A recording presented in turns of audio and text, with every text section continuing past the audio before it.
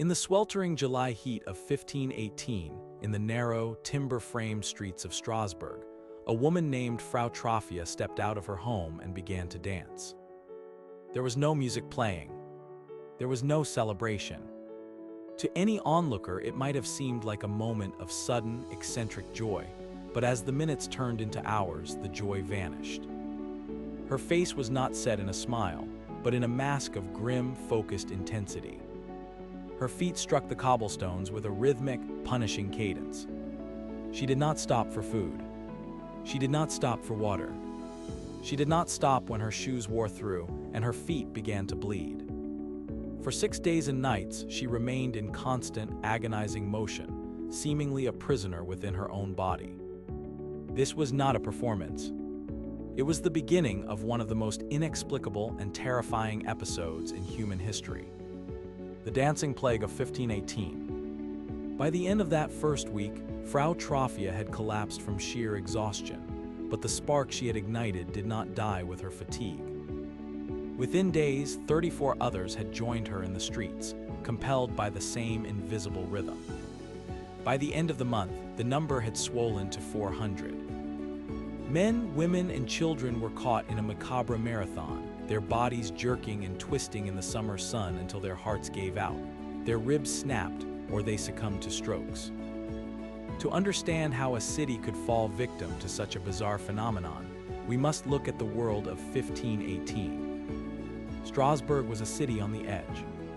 It was a time of deep social and religious transformation, but for the common peasant, it was a time of pure survival. The years leading up to the plague had been brutal. Failed harvests had led to widespread famine, and the arrival of new, terrifying diseases like syphilis added to a sense of impending doom. The people of Strasbourg lived in a state of perpetual, high-octane stress, their lives governed by a strict religious framework that saw the hand of God and the devil in every shadow. When the dancing first began to spread, the city's authorities were baffled. They didn't turn to the clergy first, as one might expect in the Middle Ages. Instead, they consulted the leading physicians of the day. These men of science rejected the idea of a supernatural curse or a holy intervention. Instead, they reached a diagnosis that, in hindsight, was tragically incorrect. They claimed the dancers were suffering from hot blood, a humoral imbalance that caused the brain to become overheated, forcing the body into frantic movement to vent the excess heat. The cure they proposed was as logical as it was lethal. They decided the afflicted needed to dance more. The city council, believing that the dancers simply needed to get it out of their systems, opened the guild halls and set up a grain market for the dancers. They even went so far as to hire professional musicians, fiddlers and drummers, to provide a backing track for the madness. They believed that if the music kept playing, the dancers would eventually reach a state of equilibrium and stop. They were wrong. The introduction of music and a dedicated space for the dancing acted like gasoline on a fire. The visibility of the event encouraged more people to join, and the rhythmic pounding of the drums provided a structure for the hysteria to thrive. People began to drop dead in the streets at a rate of up to 15 per day.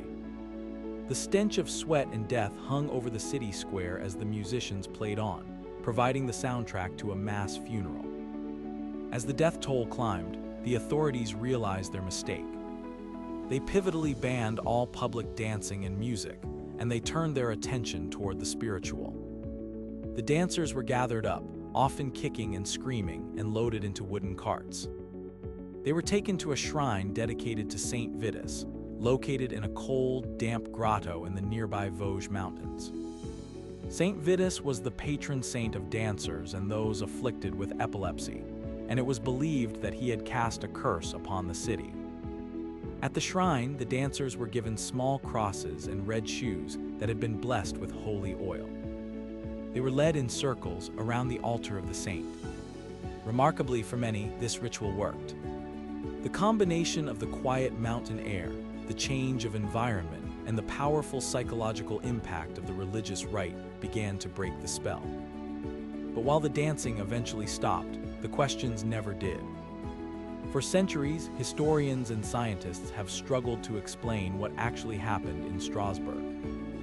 One popular theory which gained traction in the 20th century points to ergot poisoning. Ergot is a fungus that grows on damp rye, the primary grain used for bread in the 16th century. When consumed, it can produce alkaloids similar to LSD, causing vivid hallucinations, tremors, and violent muscle spasms. However, most modern experts discount this theory. While ergot can cause convulsions, it typically restricts blood flow to the limbs, making sustained, rhythmic dancing for days on end physically impossible. The more likely explanation, supported by modern sociologists, is a phenomenon known as mass psychogenic illness, commonly called mass hysteria. This isn't just all in the head, in the sense of being imagined. It is a physical manifestation of extreme psychological distress. In 1518, the people of Strasbourg were living in a pressure cooker of famine, disease, and religious terror. They believed in the power of Saint Vitus to curse them with a dancing plague. When Frau Troffea began her dance, she provided a visual script for that fear to manifest. In a state of trance-like dissociation, the dancers' brains overrode the body's natural pain signals, allowing them to dance until their physical forms literally broke apart. The dancing plague of 1518 remains a haunting reminder of the power of the human mind and the strange ways in which collective fear can reshape reality. It was a moment where the boundaries between the physical and the psychological dissolved, leaving a trail of blood and mystery on the streets of a medieval city. We may live in a world of modern medicine and rational thought, but the story of Strasbourg warns us that when the stresses of life become unbearable, the human spirit might find the strangest, most terrifying ways to cry out.